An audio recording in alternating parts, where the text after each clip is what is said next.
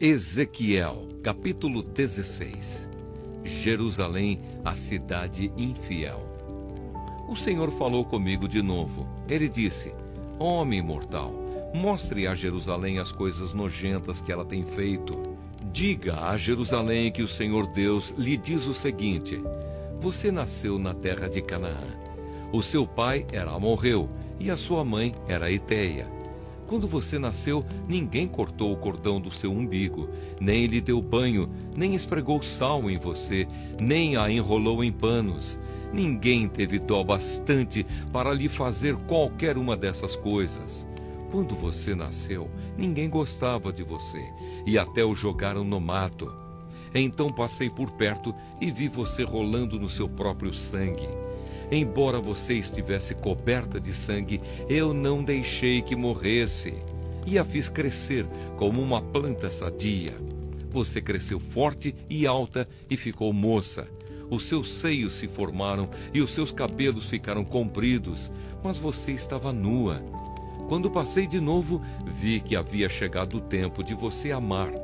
Então cobri o seu corpo nu com a minha capa e prometi amar você. Sim, fiz um contrato de casamento com você e você se tornou minha. Sou eu, o Senhor Deus, quem está falando. Eu a lavei com água e limpei o sangue que a cobria. Passei azeite na sua pele, eu a vesti com roupas bordadas e lhe dei sapatos do melhor couro, um turbante de linho e uma capa de seda, e a enfeitei com joias, pulseiras e colares. Dei uma argola para o seu nariz, brincos para suas orelhas e uma linda coroa para sua cabeça. As suas joias eram de ouro e prata, e você sempre usou vestidos bordados de linho e de seda. Você comeu pão feito da melhor farinha e tinha mel e azeite à vontade. Você era muito bonita e chegou a ser rainha. Em todas as nações falavam da sua beleza perfeita, porque fui eu que a fiz, assim tão linda. Sou eu, o Senhor Deus, quem está falando. Mas você se aproveitou da sua beleza e da sua fama para dormir com qualquer um que passava. Usou os seus vestidos para enfeitar os seus lugares de adoração, e ali você se entregava a qualquer um como uma prostituta. Você pegou as joias de prata e de ouro que eu lhe tinha dado e com elas fez imagens de seres humanos. Você foi infiel a mim, adorando essas imagens. Você pegou os vestidos bordados que lhe dei e com eles vestiu as imagens e ofereceu a elas o azeite e o incenso que eu lhe tinha dado. Eu lhe dei comida, a melhor farinha, azeite e mel. Mas você ofereceu tudo isso como sacrifício para agradar os ídolos. Sou eu, o Senhor Deus, quem está falando. Depois você pegou os nossos filhos e as nossas filhas e os ofereceu como sacrifício aos ídolos. Será que não bastou que você tivesse sido infiel a mim? Será que ainda precisou matar os meus filhos e oferecê-los em sacrifício aos ídolos? Durante a sua vida miserável de prostituta, nenhuma vez você lembrou da sua juventude quando estava nua, rolando no seu próprio sangue. Jerusalém, a prostituta. O Senhor Deus disse: Ai de você! Sim, ai de você! Depois de ter feito todo esse mal, você ainda construiu altares em todas as estradas para ali adorar ídolos e praticar a prostituição. Você arrastou a sua beleza pela lama e se ofereceu a todos os que passavam e se afundou cada vez mais na prostituição e na adoração de ídolos. Você convidou os egípcios, seus vizinhos imorais, para que fossem para a cama com você e por isso me deixou irado. Portanto, agora eu levantei a mão para castigá-la e para tirar a parte que você tinha na minha bênção. Eu a entreguei aos filisteus que a odeiam e que estão com nojo das ações imorais que você tem praticado. Não satisfeita com tudo isso, você correu atrás dos assírios. Você foi prostituta deles, mas eles também não a deixaram satisfeita. Depois, você serviu de prostituta para os babilônios, aquela nação de comerciantes, mas eles também não a deixaram satisfeita. O Senhor Deus diz o seguinte: você fez tudo isso como uma prostituta sem vergonha. Em todas as ruas você construiu altares para ali adorar ídolos e praticar a prostituição. Mas você não faz isso por dinheiro como uma prostituta qualquer. Você é como uma mulher que, em vez de amar o seu marido, comete adultério com estranhos. A prostituta é paga, mas você deu presentes a todos os seus amantes e ainda lhes ofereceu lembranças, para que viessem de todas as partes dormir com você. Você é uma prostituta diferente. Ninguém a obrigou a se tornar prostituta. Você não recebe nada, mas paga. Sim, você é diferente. A condenação de Jerusalém. Por isso agora, você, prostituta, escute o que o Senhor Deus diz. E o que ele diz é isto: você tirou a roupa e, como prostituta, se entregou aos seus amantes e a todos os seus ídolos vergonhosos e matou os seus filhos em sacrifício aos ídolos. Por causa disso, eu vou reunir todos os seus antigos amantes, tanto os que você apreciava como os que detestava. Eu os colocarei ao seu redor em círculo. Então arrancarei a sua roupa e eles verão você nua. Eu a condenarei por adultério e assassinato, e na minha ira e furor vou castigá-la com a morte. Vou entregá-la a eles, e eles derrubarão os altares onde você se entregava à prostituição e onde adorava ídolos. Eles levarão as suas roupas e as suas joias e a deixarão completamente nua. Eles vão atiçar a multidão para apedrejá-la, e com as suas espadas cortarão você em pedaços. Eles destruirão com fogo as suas casas e deixarão que muitas mulheres vejam o seu castigo. Farei com que você deixe de ser prostituta. Farei com que deixe de dar presentes aos seus amantes. Aí o meu furor passará e eu me acalmarei.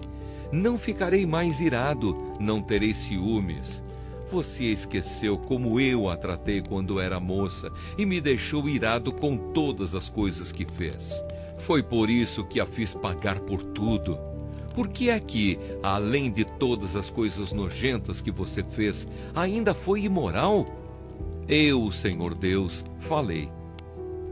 Tal mãe, tal filha. O Senhor Deus diz o seguinte: Jerusalém, os outros usarão este provérbio a respeito de você. Tal mãe, tal filha. De fato, você é a filha da sua mãe. Ela detestava o marido e os filhos. Você é como as suas irmãs, que odiavam os seus maridos e os seus filhos. Você e as cidades que são suas irmãs tiveram mãe Etéia e pai Amorreu. A sua irmã mais velha é Samaria, no norte, com os povoados que ficam ao seu redor. A sua irmã mais moça, com os seus povoados, é Sodoma, no sul. Por acaso você se contentou em seguir os passos delas e em imitar as coisas nojentas que elas fizeram? Não. Em pouco tempo, você se tornou mais imoral do que elas em tudo o que fazia. Jerusalém, juro pela minha vida, diz o Senhor Deus, que a sua irmã Sodoma e os povoados que ficam ao seu redor nunca pecaram tanto quanto você e os seus povoados. Sodoma e as suas filhas eram orgulhosas porque tinham muita comida e viviam no conforto, sem fazer nada. Porém, não cuidaram dos pobres e dos necessitados. Elas foram orgulhosas e teimosas e fizeram as coisas que eu detesto. Por isso, eu as destruí, como você sabe muito bem. Samaria não cometeu a metade dos pecados que você, Jerusalém, cometeu.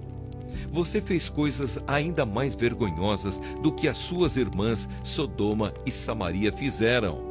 Elas até parecem inocentes quando a sua corrupção, Jerusalém, é comparada com a delas. E agora você terá de suportar a sua desgraça. Os seus pecados são mais graves do que os das suas irmãs, tanto que elas até são inocentes em comparação com você. Agora, Jerusalém, fique envergonhada e aguente a sua humilhação, pois você faz com que as suas irmãs pareçam puras. Sodoma e Samaria voltam a ser o que eram.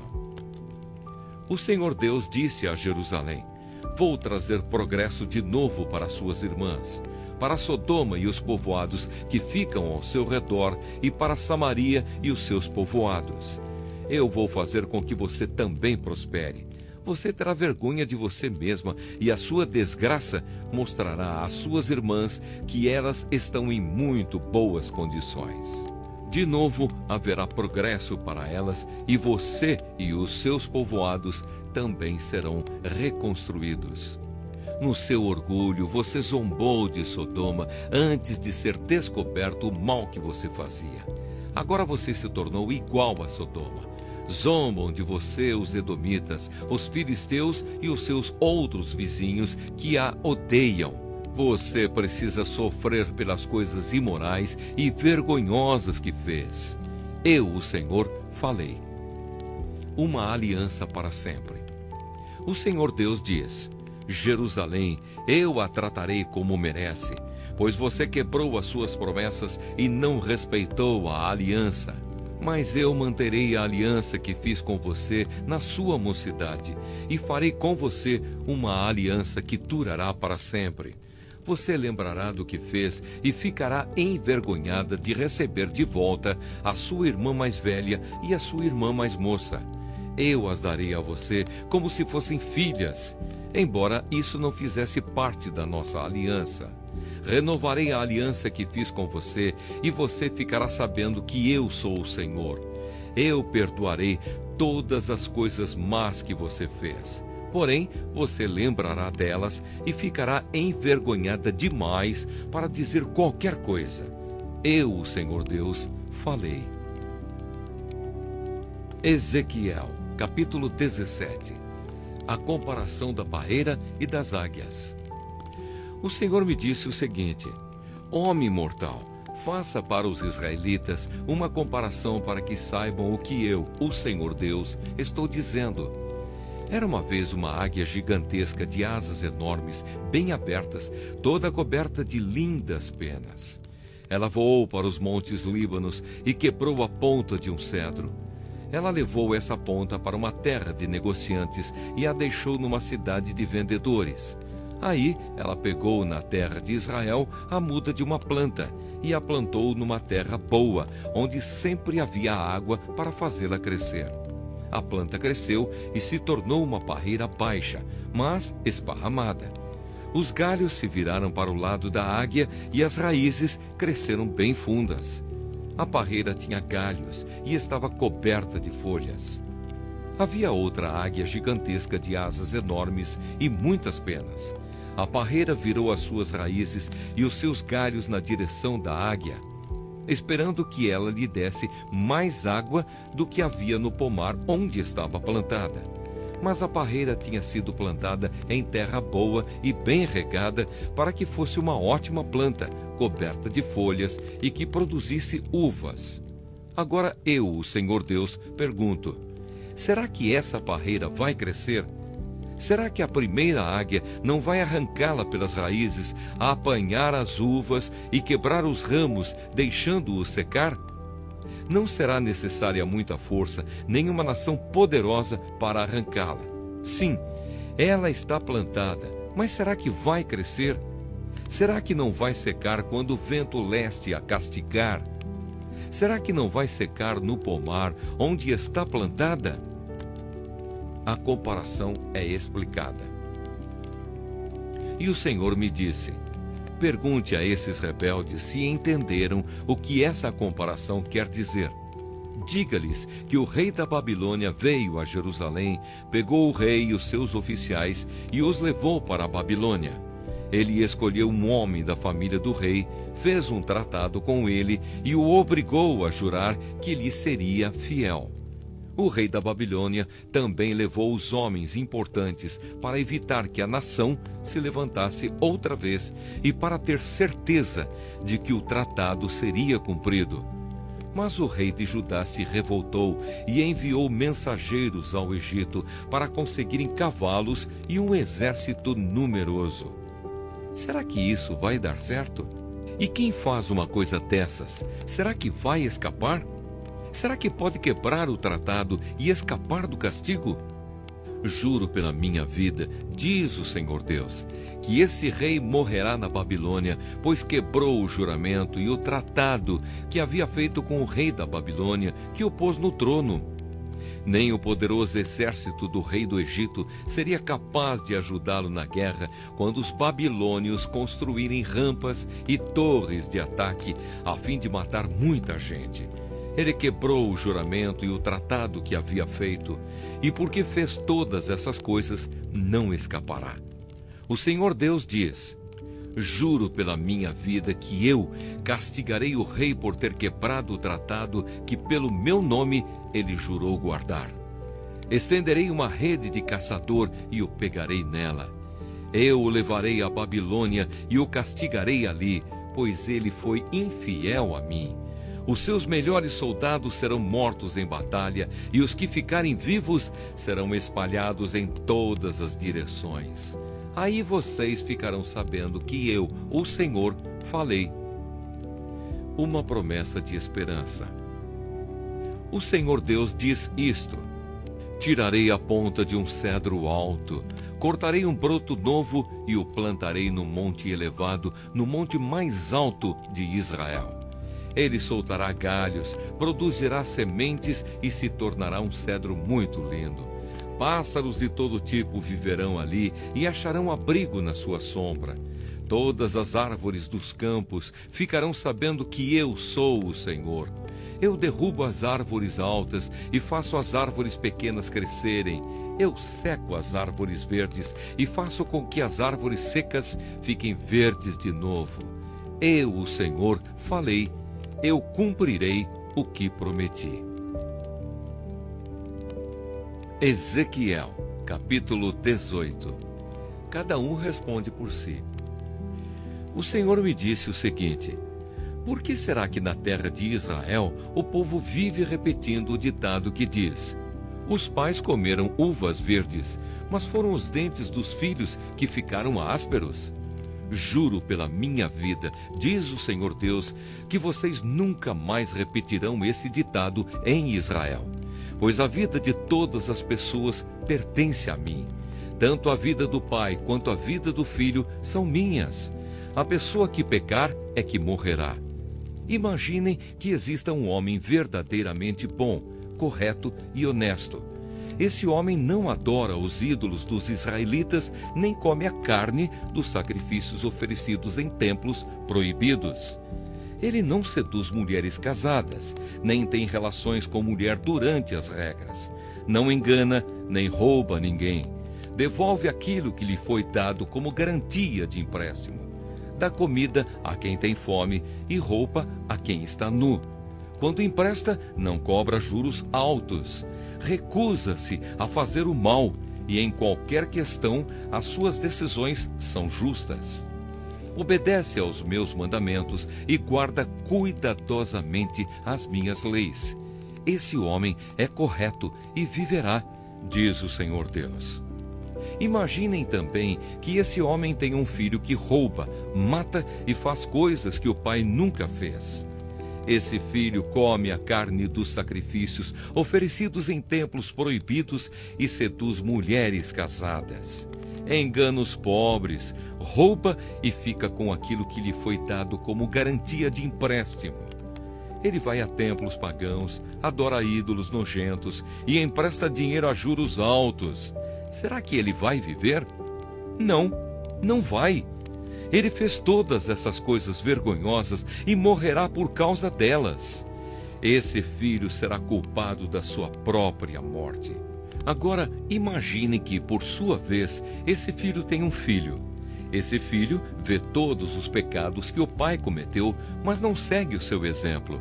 não adora os ídolos dos israelitas, nem come a carne dos sacrifícios oferecidos em templos proibidos. Não seduz mulheres casadas e não explora nem rouba ninguém. Ele devolve aquilo que lhe foi dado como garantia de empréstimo. Dá comida a quem tem fome e roupa a quem está nu. Ele se recusa a fazer o mal e não empresta dinheiro a juros altos. Guarda as minhas leis e obedece aos meus mandamentos. Ele não morrerá por causa dos pecados do pai. É certo que viverá. O pai dele enganou e roubou e só prejudicou os outros. Por isso, morreu por causa dos seus próprios pecados. Mas vocês perguntam: por que é que o filho não sofre por causa dos pecados do pai? A resposta é esta: é porque o filho fez o que era correto e bom. Ele guardou as minhas leis e as seguiu cuidadosamente, e por isso é certo que viverá. Aquele que peca é que morre.